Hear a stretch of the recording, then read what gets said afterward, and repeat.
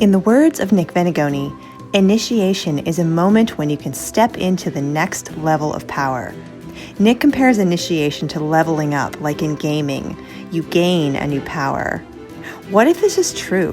What if we can reframe the challenges in our lives as initiations that not only help us get through hard moments, but also help us to level up?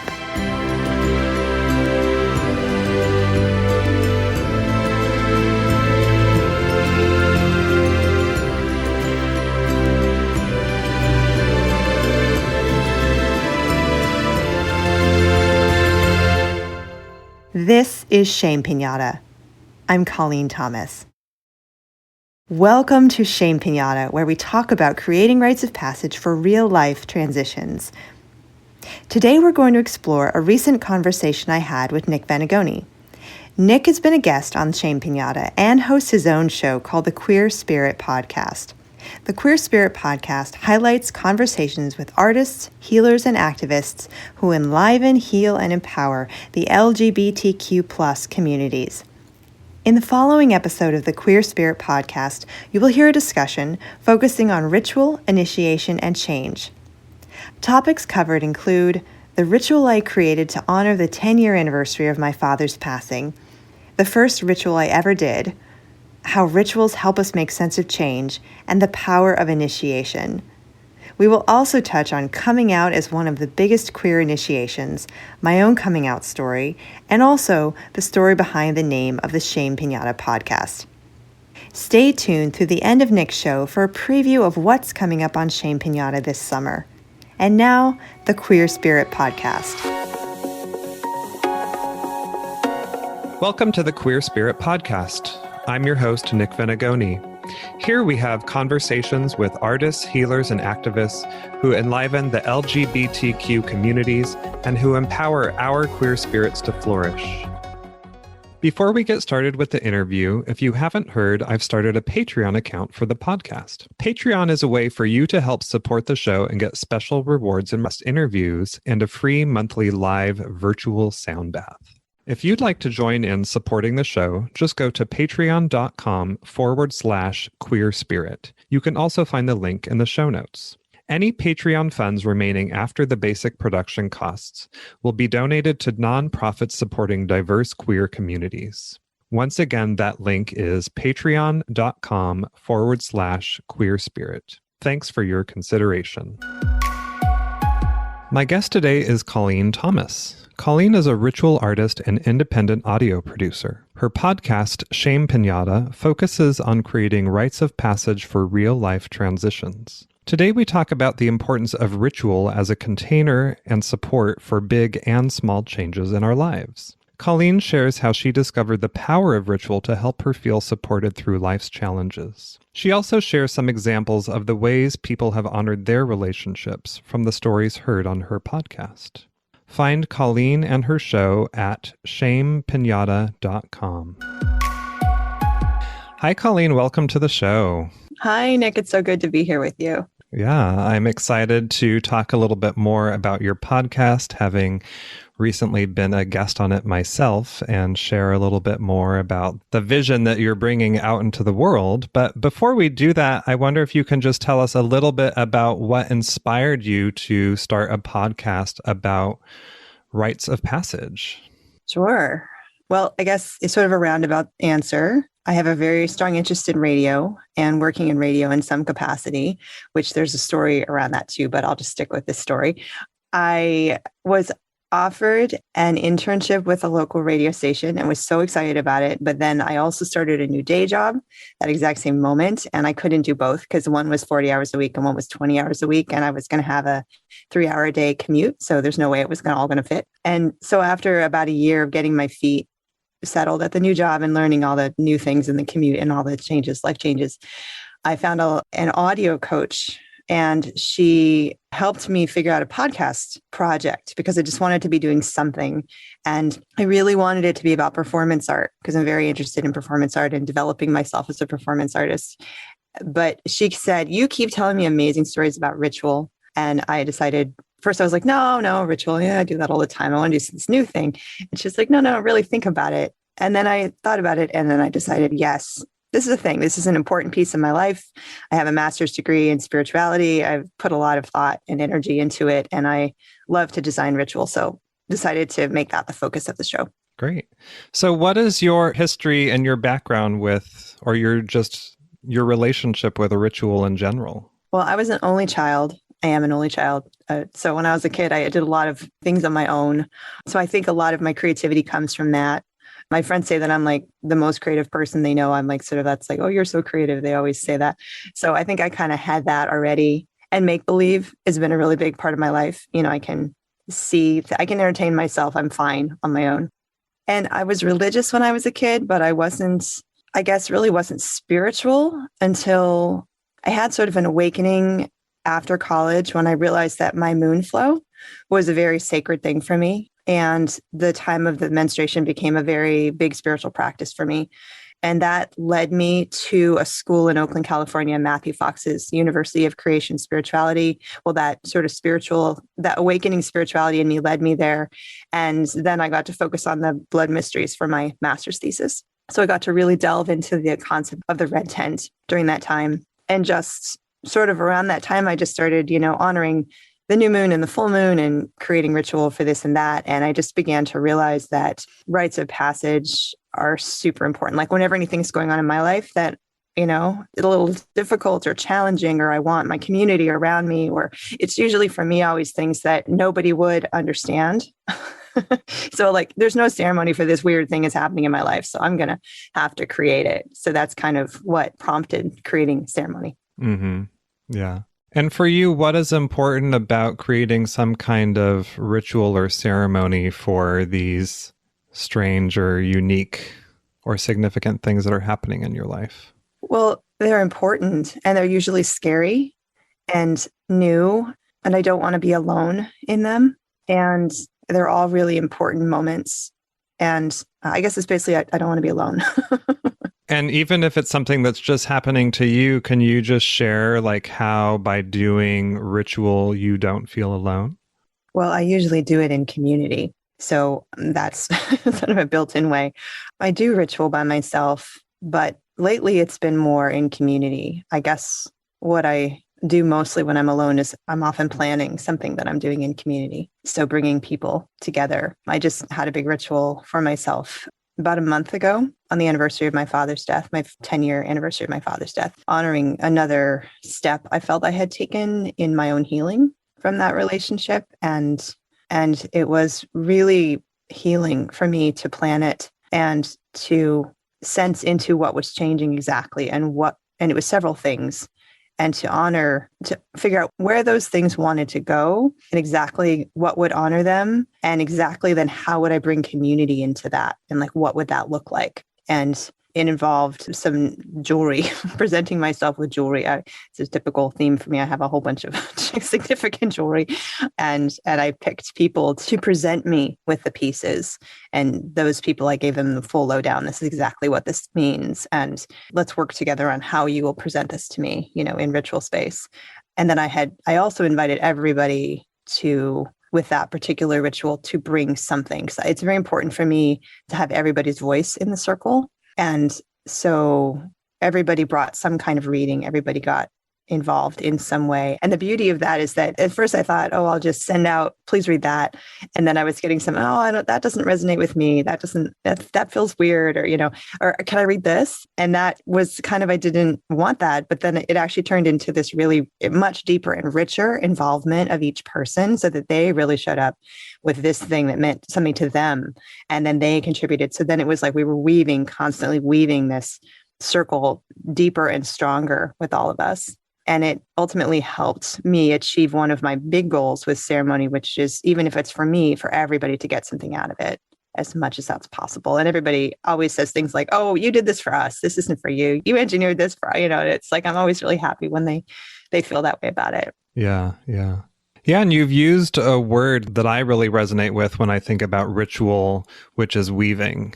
In pagan communities, when we talk about spell crafting, we talk about weaving a spell. But even for those who don't resonate with the word spell, I do think even in ritual, particularly with other people, that there's this way that it feels woven together, like we all have a part of it. I think about this idea of like the maypole at Beltane when everyone's holding onto a ribbon and they're all dancing together and they're weaving this beautiful pattern around the pole.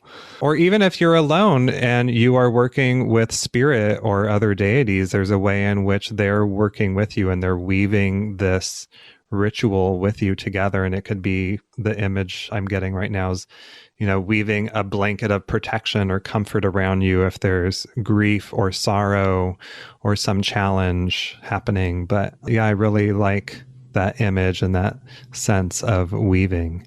Do you have a special memory of one of your own rites of passage? I mean, you just mentioned this one about the anniversary of your father's death, but I wonder if there's something in particular, maybe even like the first one that felt significant to you that really felt like, oh, this is for me. I'm really, this works for me better than, maybe this other religion that I was raised. Well, I had a period in my life when I was just first in college. I met a woman who was a bi-witch. And those both were new concepts to me, like as being legitimate was new to me. Like I had heard of bisexual people in my life, but it was always with the, oh yeah, that person's a little confused, like it was never like, oh, that person's bi and they're cool or they're just a person, like it was always like there was a caveat that it was like bad. And even from my gay friends, that's what I was hearing. And later when I came out to some of my gay friends as bi, they were kind of like, oh, I'm sorry. I was like, stop it. So, but she was bi. And so that was a little challenge for me to like, be like, oh, wait, she's really amazing. What reprogramming, my brain. And then she was a witch, and something about her being both challenged me in those ways at the same time. And I think I was always a witch and just didn't know it when I was 6 or 4 or something like that. My mom made me a bad witch costume. This is Wizard of Oz was big in our house. So she made me the bad witch costume. And the next year she made me the good witch costume. And then I literally wore them every year. I rotated. Good witch, bad witch, good witch. I was just like, and I liked the good witch costume a little bit better because it had a princess. The hat was turned into like a princess hat, and it had like a big piece of taffeta hanging down off the point, so it sort of swirled around me, and so that felt very pretty and femmy and soft, and blue was very blue. But other than that, I didn't have a preference of the good witch, bad witch, and so I just feel like then later meeting this woman in college and realizing what being a witch meant to her, being a pagan, earth-based spirituality, and learning what that was, that just felt like, whoa, that makes so much more sense than, the way I was trying to learn all the Christian things I was raised with. Those always felt very important to me, but I'd never understood them and spent a fair amount of time banging my head against the wall trying to get them in. And it just never it never fit. It never exactly made sense to me.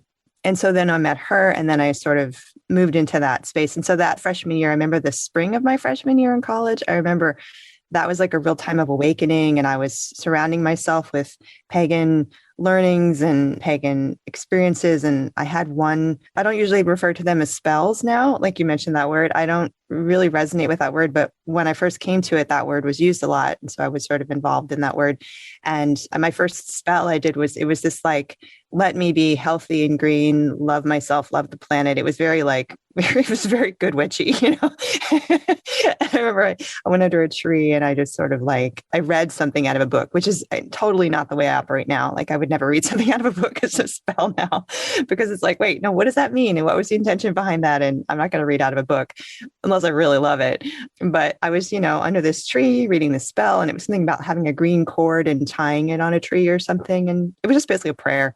It's very simple, but I remember that as being a very profound moment of me moving into this nature-based place that felt so empowering and so lush and so real and immediate. So one of the things that you sort of a tagline in your podcast is you want to talk to people about how rituals help us make a sense of change. And we sort of touched on that a little bit, but I'm curious, both through your own experience and through the interviews you've had with people, like how do rituals help us make sense of change? Well, early on in my show, one of my guests, Betty Ray, she said, rituals help us create a container to hold the powerful emotions that come with change. And that really, like, I was like, yeah, like all my guests have been putting words to these things I've been feeling all this time. And that is exactly, to me, that resonates for me. Because if the other thing that I've been noticing is like, if I'm developing this theory that we can handle change, and change is a very constant thing, but we don't like it. And we like to just sort of tick along like normal, and like, okay, I'm good if this, like, all these things in my life stay the same and it's good, I'm good. But then like something happens.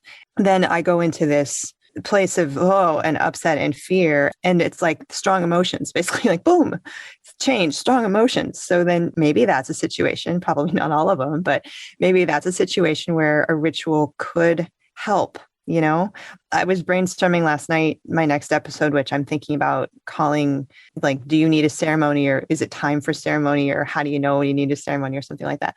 And I was thinking about all the changes in our lives that happen, and maybe which ones of them, how do we know if we want a ceremony around this or not? Like if I need to move, maybe I don't have time for a ceremony because I'm busy moving, like, sorry, but if somebody that I love is sick and I can't be with them, maybe that's a perfect time for ceremony for myself, or to gather people around me to sit with me while I hold space for them, across the miles, or whatever is challenging. We can feel into like, would something be helpful? Would it be helpful to create a container for these emotions? Or would it just be helpful to like write them all down in a journal and like just put them somewhere? Like it doesn't have to be, a Zoom call with friends or people in my living room, or, it doesn't have to be a big thing. It could be a very small intentional act to help deal with a situation. Yeah, yeah. And I know that something you and I discussed on your show a little bit was the concept of initiation. And I'm curious, what sort of your ideas are about initiation and what initiation means, particularly in the construct of a ritual. Well, you were the one who said that on my show. Oh, okay. I thought it was Tom, but it was you. Oh, okay. And it was really a magical moment for me when you said that, because I was like, oh my gosh, that's exactly, like, I hadn't been framing it like that. Like when I think of initiation, I tend to think of, in bulk, or, joining a group and, going through something, being initiated into like a coven or something official like that. Like not just like, oh, I'm going into phase 27A of my life now, or my relationship now. Right. And so that's an initiation. So like that just struck me as like, wow, that's a beautiful way to put it, because especially if something is coming up that I don't want, like this thing is like, oh, this horrible thing is happening in my life. Like, how, yes, and I'm changing, I'm being forced to change in this moment. How can I reframe this as an initiation, or how is it initiation, or what I want to claim it as one? Like, and what's being ignited in me, what's being birthed in me, and needing to deal with this change. Right. And then of course we can, becoming 40, becoming 50, becoming 60, getting married, having a baby, all those things are, initiations into a new phase of life. It just seems to me like using that word initiation it just feels really different than saying I'm going into a hard thing, or I'm changing in some way. Well, what I'm thinking about right now as we talk about is if you just take the word initiate, usually to initiate something means that you are doing it of your own volition. And you've talked about some of these other things that just kind of happen that we don't have control over, like death or the cycles of our body, those kinds of things that often we know that they're going to come, but we have to just prepare and deal with it. And so let's just create this container to work through it more easily. But to initiate something means that you are doing it because you have to. So that was just something I just thought of now, as like, it's a way to sort of take the power back. And that's also the way that I think about initiation. It's a moment when you can step into the next level of power. If you think about from a sort of gaming perspective, it's a level up. You gain a new power. And what is that power? And how do you really sink into that and hold that? Or what is that new tool that you may acquire through this process of the ritual? And what comes after that? Mm-hmm. Yeah, definitely. Yeah, I think so too. It's like a choice. Yeah. And in our culture, there are certain things, especially from a religious perspective, that we do initiate ourselves, as you've mentioned and you talk about on your podcast, is weddings and baptism and other things. But I also talk to people about like an initiation, like a graduation is an initiation. Definitely. You are completing something, you are gaining this certificate or this diploma that's going to give you power and allow you to, level up in your career or in your work or whatever it is that you do. And you can bring that out into the world. Yeah. They often call it matriculation. Mm-hmm. Yeah. I had a situation in my school where somebody didn't have a diploma because they had matriculated. They were in a different system. They were like, well, you didn't graduate. It's like, that's the same thing. Yeah. But that word has like going on. That means going on, not finishing, right? So it's like, it's a different way of, we call it graduation, but it's really matriculation, which is going on. Yeah. Yeah. Yeah. And as I think I talked about on your show, and I'll just mention it again here for folks, is I think one of the biggest initiations that queer folks go through is coming out. Coming out in terms of your sexuality or your gender identity. And it's also something that, a lot of queer people, we have to continue to come out to more and more people as we move on. And that there's a way in which it's looked at as something scary or, because it can be a significant change for people if their family or their community or their loved ones are not accepting that they could be rejected or abandoned. But there's also a claiming of power that can happen with that too. Like I'm stepping more fully into my truth and who I am. And there may be some big changes that happen that I don't have control over, but what are the ways that I can take this forward with more power and feel more solid in myself? Yeah, definitely. Definitely. I feel like the coming out stories are very powerful to hear.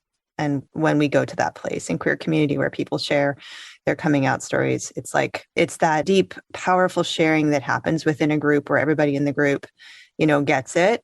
And they've all got their own like really deep well from it. And it's just a very personal place. And so obviously hearing coming out stories for anybody would be powerful, hopefully.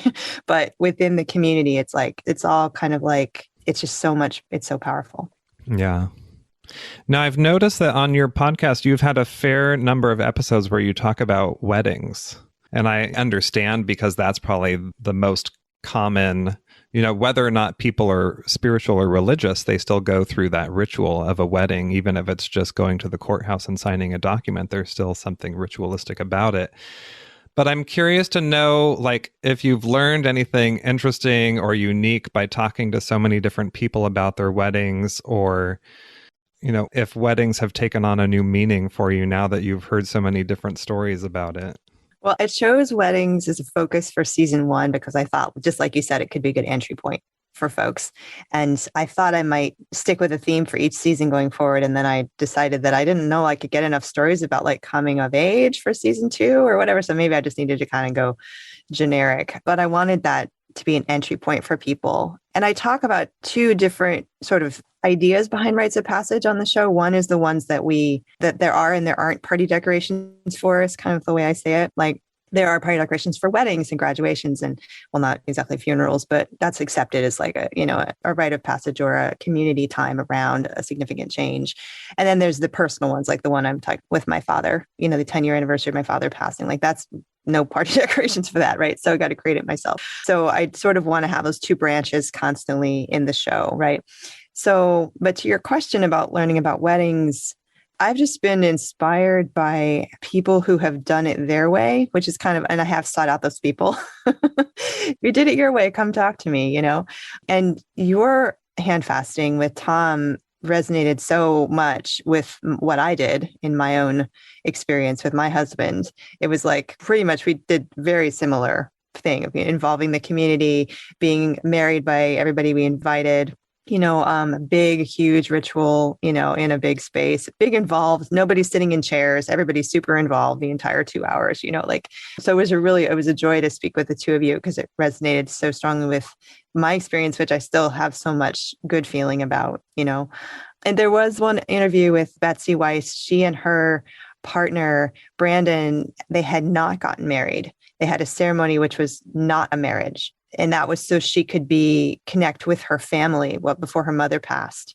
So it was as if they were getting married. It was sort of hard to conceptualize. And her aunts had to make centerpieces because they didn't know what to do. They were like, we're going to make they were just like, okay, you're not getting married, but we're going to make centerpieces, because it was like such a hard time for the families. And her mother was passing away, but it was like they did a wedding right before her mother died, but they consciously did not get married. And they had everybody to understand that. And everybody was really confused, but like they did exactly what they wanted. And in the end, everybody kind of got it, and they had this lovely different levels of the ceremony, where the deeper ceremony was very intimate. It was just the family. And then they had like another level where it was sort of like a reception, but it was like a gathering of more people. And then another gathering of more people, like sequentially throughout the day, not like another day. And it was just really beautiful the way that they involved everybody at different levels, in different ways around the ceremony that was super meaningful to them, that people really didn't get, but they showed up for anyway. And they were just kind of trusting, I think this is what you want, so it was just, that was the most unique one. But they've all been super inspiring in terms of everybody doing it their own way and really it's kind of soul searching in the process. Because a lot of people in the interview share their process with me, how did you get from here to there, and taking it apart and really finding what sparked for them, what does this need to be for us? How do we make it happen? Yeah, I mean, one of the things that I like about that and what you've sort of mentioned before is that with ritual, it can usually be a lot richer and more special if you are making it your own. You talked about the first ritual that you did that you just kind of read out of a book and you're like, oh, I don't really know, but I don't know how to do this, so I'm just going to read something out of a book. But now you only create it yourself. And that's one of the things that I talk to a lot of queer folks about, especially queer couples or people who are in any kind of relationship. And they're like, well, I don't know if I want to get married, or even if they do get married, like how they structure their relationship itself. It's like, you get to make it what you want. And I think that that's something unique that straight people can do too. And they just don't think about it or know it. They just feel like, oh, I have to follow this formula. But you can make the ritual what you want it to be. It doesn't have to look like it looks in the wedding magazines or on TV, or that you can make your relationship look how you want it to look. And so, that's just one of the things I think is really important to get across to all people, just to keep sharing that. So I really like that is, that they created this unique thing for themselves. And like, this is not a wedding. I mean, it sounds kind of like maybe a commitment ceremony. Yeah. Yeah. I don't think they would have used that word for some reason, but I think it was like an acknowledgement of their relationship. Yeah. It's an announcement of like, this is who we are. What you just said was making me think that telling people I do that a lot. You can do anything. They're, out of the box. It's up to you. And yet people like, okay, if I can do anything, then what does that mean? Like, that's like jump off a cliff, there's like, anything's possible. And so it can be helpful to have, I guess that's kind of another thing I'm hoping maybe my show would fill, or things like my show. It's like, here's a bunch of examples of things people have done. And like when I work with people to help them create a ceremony, I'll sort of feel into, okay, exactly what are you looking for here? And then I'll just start throwing out, listen, I'm just going to dump a bunch of ideas out, and you're going to maybe like a couple, you're maybe not going to hate a couple, whatever. I'm just dumping them on the table, and then you can just sort of flip through them. And if anything resonates, then, because we need like some building blocks. When we go from a total structure to total nothingness, that doesn't work unless you really you've got a thread to build on, or you've already kind of picturing something, you got a felt sense of what you want, and you can brainstorm and all that. It kind of doesn't come out of nowhere. Like it has to be built. So, you have to let it build, right? So it's like, we all need examples. Like we all need that, like as a woman, I would say we need that strong woman that we're like, that's a woman who's married and she's still completely in herself. I like that. And I want to build on that idea. Like I did that in my life, And so like we need examples and we need ideas to kick around.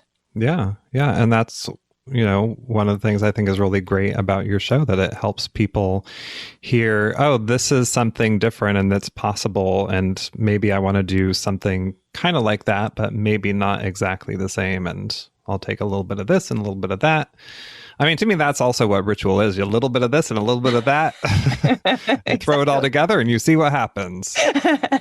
Exactly. And then you mix in all the people and yeah. And then the day of, the magic comes together and you're like, oh, it's created something completely different. The alchemy of the ritual. Exactly. Yeah, you never know what's going to happen. So, Colleen, before we wrap up, can you share with us a person, practice, or experience that has supported your queer spirit to flourish? Really, I would say my mom. The short version of my coming out story is that my dad laughed and my mom cried. And it was, a hard moment. But then over the years, she became an advocate. It was like extremely slow from my perspective. I would be at Pride and I would see the P flag contingent and I would cry. I would always cry when I saw P flag because I just thought, oh my God, I'm so lost. My parents will never, ever, ever, ever, ever be there. And I just was just such a devastating to me that, I mean, they hadn't been mean, they hadn't been cruel, but they were just never going to go there, is what it felt like. And I mailed my mom up one of the P flag books. And I told her, listen, you've got to find people to process with because I can't process this with you because I'm the problem in this, equation for you. And I sent it to her work because I didn't want like my dad to see it at the house. And she said she kept it in a drawer for a couple of years, I think. And then she read it. And then she found a P flag group in our town, our town is very small. So the P flag group was also like the gay group. So it was like both supporters and queer people. And there she met a woman who ran the Unitarian Church. And she was the minister of the Unitarian Church, who was a lesbian. And she thought she was amazing. And so then she joined the Unitarian Church. Anyway, all this snowball effect, right? And then she was around a lot of queer people. And then years later, she sent me this picture of herself standing in front of the television. So my dad had taken it because my dad just watched TV 24/7 after he retired. And well, that's not true, but he was often watching TV. And so she stood in front of the TV and she said, take a picture of me. And she was wearing a sandwich board, like an advertising sandwich board that said, I love my bisexual daughter. And she was headed off to Pride in some city nearby. And she said to him, there are 5 phases in, I don't know, acceptance or something. First is denial. That's where you are. The last one is advocacy. That's where I am. And then she walked out of the room with her sandwich board.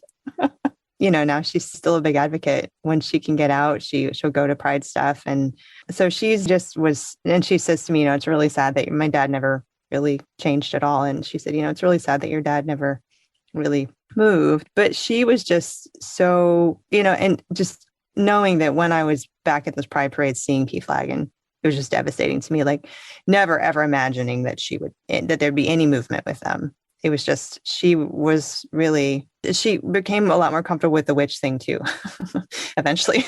So that was really scary too. Of course, we get a lot of messages about witches that are bad. So she's continuing on an ongoing basis, being a very supportive person in my life. So one last question. Your show is called Shame Pinata. Can you help us understand what that's about? Yeah, sure. So when I was coming up with names for the show, I was trying to think of descriptive names, reinventing ritual, things like that. And I was brainstorming with my husband and he said, well, you could call it blue dog and it won't matter what you call it as long as you then, put out your message and people associate your message with the words blue dog. So he said, maybe think about that. So I was thinking about that and brainstorming with a friend at work. And I said, well, I don't know, this blue dog idea. I don't know if I want to do something like that. And she said, well, okay, if you looked around, what you do when you do ritual and what do you see? We don't see a blue dog. What do you see? And I said, oh, I see a shame pinata because I had just done a ritual recently, which is how I had that job where I was with this new coworker on lunch talking about this, where I had been at my old, and I'm going to do an episode on this, but I haven't yet. I was at a job for 14 years and I stayed 10 years longer than I probably should have. And each of those years ended up sort of dying inside in sort of a way, right? This happens. And when I didn't make the change I needed to make. And it got to a really critical moment and I needed to leave. And I had so many hard feelings. There were 10 years of hard feelings about myself being at this job, which was crazy. And I decided that shame exposure was a tool I wanted to use, which is something I had learned about in therapy, where we talk about something we feel deeply shameful about in a safe place with people who will be kind and not, laugh and stuff. And so I created a ritual around, it was shame I was feeling about staying in this job. And I did a ritual around it and with some friends on Zoom. This was before the pandemic, but they were remote friends. So I wanted to have them involved, just my like 4 closest friends in the world. And because it was like, I'm not going to tell too many people about all the shame. And so part of the ritual involved a piñata that I bought on Amazon that I put sort of this negative self-talk. I just kind of let it all come out of my head and I pasted it all over this piñata. And it was just all these awful words on this piñata. And I decided it was my shame piñata. And part of the ritual involved finding it in myself to be ready to shift, to like, let's make this change now. And not just an idea. It started with the idea, oh, I should go break the shame piñata. And then it was like standing in front of the shame piñata with a stick going, I just want to die. I don't have any desire to actually do this. And it was like, just let the ground open up and swallow me now when everybody's watching me, like I'm supposed to, but then just waiting and starting to hear this little voice say no. It was very quiet. And then it got louder and I just let it organically grow. And then pretty soon it was like, no. And it moved into my arms. And then it was like smashing the piñata. And then that magic happened, right? And then it like changed and shifted and a few other things in the ceremony facilitated that as well. But it was the moment in the ceremony was like the breaking of the shame piñata. And it really worked. It worked. It got me like, boom, out of that job, boom, into another one really quickly. Everything just like aligned. It was one of those rituals that like ended up working really well with the intention. So when I had that conversation with her, she said, what do you see? And I see shame piñata. And I thought, nobody's going to have that podcast name. It's true. It's a very unique and memorable name. Yeah. Was there anything inside the shame piñata? Yeah, I had filled it with my favorite candy. And just a side note on that was that I had, in my spirit of wanting everybody to get something out of the ritual, I had bought a separate set of little tabletop piñatas, these little tiny ones. And I had asked my 4 friends who were participating in the ritual, I didn't want to tell them I was sending them a piñata, but I said, what small thing do you like? What would be a nice small thing for you? And one person wanted like bubbles that you blow out of a little tiny, like in a wedding, bubbles. One person wanted puzzle pieces. One person told me some candy. So I stuffed these tiny little piñatas with whatever they wanted. And I sent them off to them. And then I said, listen, you're getting this piñata. Okay, here's this piñata. So everybody was to write something on their piñata that they wanted to let go of. And so then after I did my piñata, everybody did their own piñatas. Nice. We got to witness everybody, release a little something because there's always something to release. So where can listeners find the Shame Pinata podcast? Any place you get your podcasts, it should be there. Very, very wide distribution and definitely iTunes, Spotify, and then you can go to shamepinata.com. And they can also find you on Instagram, right? Yes, thank you. Instagram and Facebook, mostly Instagram and Twitter. Yeah, well, we'll have those links in the show notes. Okay. Well, Colleen, thank you for being here and chatting about ritual and initiation and change and release and power with me. It's been a pleasure. It has been. Thank you so much, Nick. To find the resources we discussed today, find the show notes at thequeerspirit.com. And if you enjoyed the show, remember to subscribe, rate, and review on iTunes. This will help us reach and support more queer people all over. Thanks for listening, and see you next time.